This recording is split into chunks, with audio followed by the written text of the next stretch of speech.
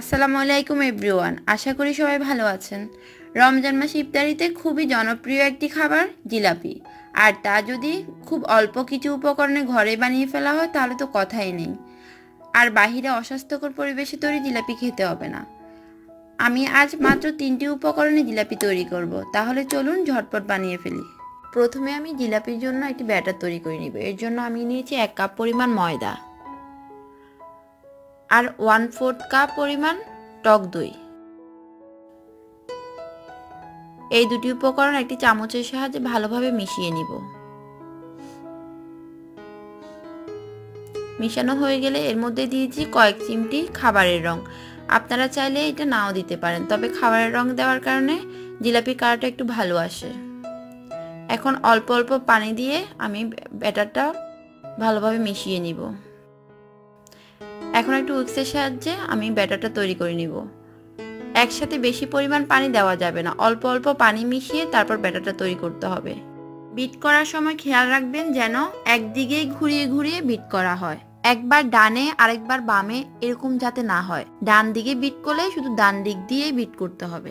এখানে ব্যাটারটা তৈরি করতে 5 থেকে 6 মিনিটের মতো লেগেছে। আমি ব্যাটারটা তৈরি করে নিয়েছি। দেখুন ব্যাটারের কনসিস্টেন্সিটা ঠিক এরকম হবে। উপর থেকে ধরলে একেবারে একই রেশিওতে নিচে পড়বে। ব্যাটারটিতে দিয়ে দিলাম 1/2 চামচ পরিমাণ খাবার ছোড়া দিয়ে খুব আলতোভাবে মিশাতে হবে। এখানে আবার জোরে জোরে মিক্স করা যাবে না। এরকম একটা টিউবের সাহায্যে অথবা কেকের ডিজাইন করার যে পাইপিং ব্যাগ থাকে সেই ব্যাগ দিয়ে জিলাপি বানানো যাবে। এখন শিরা তৈরি করে নিব। শিরার জন্য আমি 1 কাপ পরিমাণ চিনি আর 1/2 কাপ পরিমাণ পানি নিয়ে নিচ্ছি, আর এর মধ্যে দিয়ে দিচ্ছি 3টা এলাচ দিলে ভালো একটা ফ্লেভার আসে। এখন ভালোভাবে মিশিয়ে নিচ্ছি। জাল দিব 4 থেকে 5 মিনিট পর্যন্ত। ব্লক আসার পরে একটু চেক করে নিচ্ছি। যখন শিরাটা একটু আঠালো আঠালো হয়ে আসবে তখনই বুঝতে হবে হয়ে গিয়েছে। এখানে 1 তার বা 2 তার এই ধরনের কোনো তার আসা লাগবে না, শুধু একটু আঠালো হইলে হবে। আর আমি দিয়ে দিচ্ছি 1 টেবিল চামচ পরিমাণ লেবুর রস। লেবুর রসটি অবশ্যই দিতে হবে। লেবুর রস দিলে শিরাটি আর জমে যাবে না। এখন চুলা বন্ধ করে ঢাকনা দিয়ে রেখে দিব এক পাশে। এখন একটি প্যানে তেল দিয়ে দিয়েছি। তেল একেবারে ভালোভাবে গরম করে নিয়েছি মিডিয়াম টু হাই হিটে। এখন একটা একটা করে জিলাপি দিয়ে দিচ্ছি। আমি খুব বেশি ভালো পারি না জিলাপি পেঁয়াজ দিতে। আমার জিলাপির পেঁয়াজ দেখে আমি নিজেই লজ্জা পাচ্ছি। আপনারা অবশ্য অনেক ভালো পারবেন। তারপরও চেষ্টা করি, বাইরের অস্বাস্থ্যকর জিলাপি খাবার থেকে নিজে বানিয়ে খেলাম।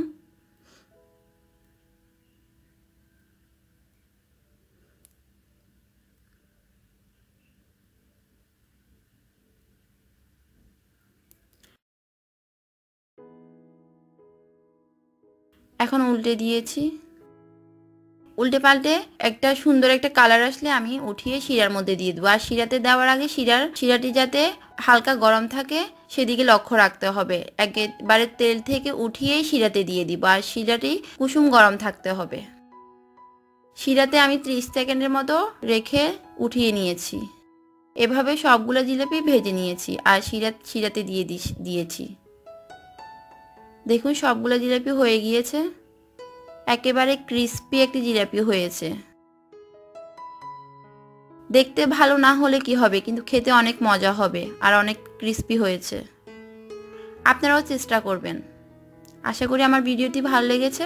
ভালো লেগে থাকলে লাইক করে কমেন্ট করে শেয়ার করবেন। আল্লাহ হাফেজ।